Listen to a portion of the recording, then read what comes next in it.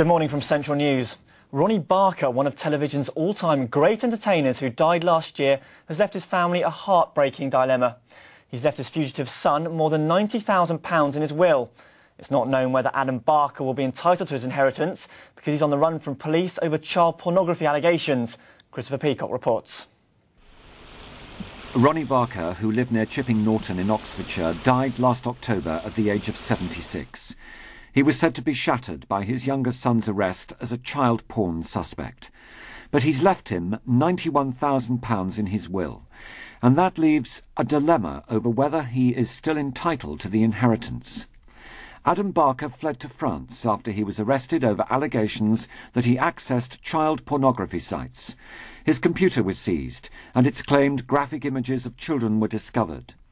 Ronnie Barker was always close to his son. This picture was taken in 1972 on his first day at school. Shortly before Adam vanished, he sent a note to his parents telling them they were not responsible, but he was going away rather than wait to find out what would happen. Friends said the allegations had caused the television comedian great pain. Even though his son failed to show up at his father's funeral, Ronnie Barker did not forget him. It will be up to lawyers now to decide if the fugitive son can inherit his father's money. This is Christopher Peacock for Central News. The former bankers known as the NatWest Three have been told they'll have to wait another year before fraud charges against them are heard in court. David Birmingham, who's from Goring in Oxfordshire, along with Giles Darby and Gary Mulgrew, are accused of defrauding NatWest Bank of £3.7 million in a deal with bankrupt energy giant Enron. The men were extradited to the US in July. They deny the charges. Fire service unions are warning that lives are being endangered because of changes to the way they respond to calls. Union members at Gloucestershire Fire Service claim the recent incident at Andoversford highlights their concerns. Crews are no longer allowed to respond to alarm call-outs using blue flashing lights, nor to break the speed limit. The change since the fire service is modernised is that now, during certain hours of the day, they'll only send one fire engine, and on occasions that fire engine will attend under normal road conditions, which means it gets stuck in traffic, can't cross traffic lights unless they're on green, cannot overtake, and obviously that delays its attendance at the incident, and it's that delay that means vital minutes are lost in trying to attack the fire in its early stage. Controversial plans to turn a school in Swindon into one of the government's new academies are to be debated again today. The proposals are to turn Headland School into an academy, which would mean it would not be under the control of the local education authority.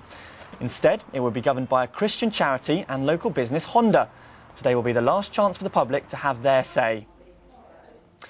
Tony Robinson is to get an honorary degree from Oxford Brookes University. The actor, who is best known these days as a presenter of archaeological programmes, will receive his award on Saturday. Now, here at Central News, we have two wonderful weather presenters, Charlie and Emma. But have you ever wondered how they got into forecasting in the first place? Well, one way to learn is to go on a course, and a man from Oxfordshire has started running adult learning classes for budding weather presenters. Our reporter Sally Mules is with him now. Sally, have Charlie and Emma got competition? Well, I think Emma and Charlie may have a little bit of competition. So to find out why, I'm joined now by Tony Graham, who runs the weather forecasting adult learning courses. Tony, quite an unusual thing to do. How did you get into it? Well, I retired from the Met Office in 1998 and offered to the adult learning the idea of a course to show people what's behind the weather forecast. And we've carried on from there. And on the table, we've got a few tools of the trade. Looks like a bicycle pump and a funnel to me. Can you tell me more about it? It is a bicycle pump and a funnel. I use quite simple things for demonstrations in my course. The bicycle pump simply illustrates the idea that pressure moves from high pressure to low pressure, and that it will get hot if you restrict the movement. A simple way of measuring rainfall is simply to have a bottle and a funnel, and you measure the volume of water that's collected in the bottle. Gives you a simple calculation, will give you the amount of rainfall. OK, well, Tony, thank you very, very much. So some tools of the trade there that you might be seeing Emma and Charlie using. But join us again during Central News this lunchtime when we'll be speaking to Nick, who is one of Tony's pupils and has been through the course. And if you want to know more about adult learning, contact Oxfordshire County Council. There's courses running on everything and anything right across the county. We'll see you at lunchtime. Sally, thank you very much indeed. Looks fascinating, doesn't it? I'd like to have a go at that myself. Someone with no need for lessons, though, is Emma Jesson. Here she is with the weather.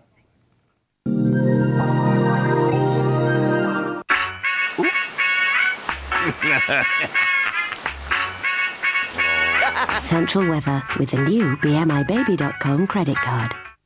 Well, as you're a highly qualified weather person, I feel fairly secure at the moment, especially since I think I'm going to put a smile on your face for the rest of the week. We are looking at quite a lot of sunshine. It's going to be a very warm weekend, a bit of a belter, really. Taking a look at the detail, what's going to happen? Well, this high pressure out to the west is going to track eastwards over the next few days, and as it crosses the country, obviously it's just going to bring some really mild and very pleasant climes. It's going to get very warm indeed, but then a big question mark over next week. But who cares about next week at the moment? We've just got to look at the rest of this week.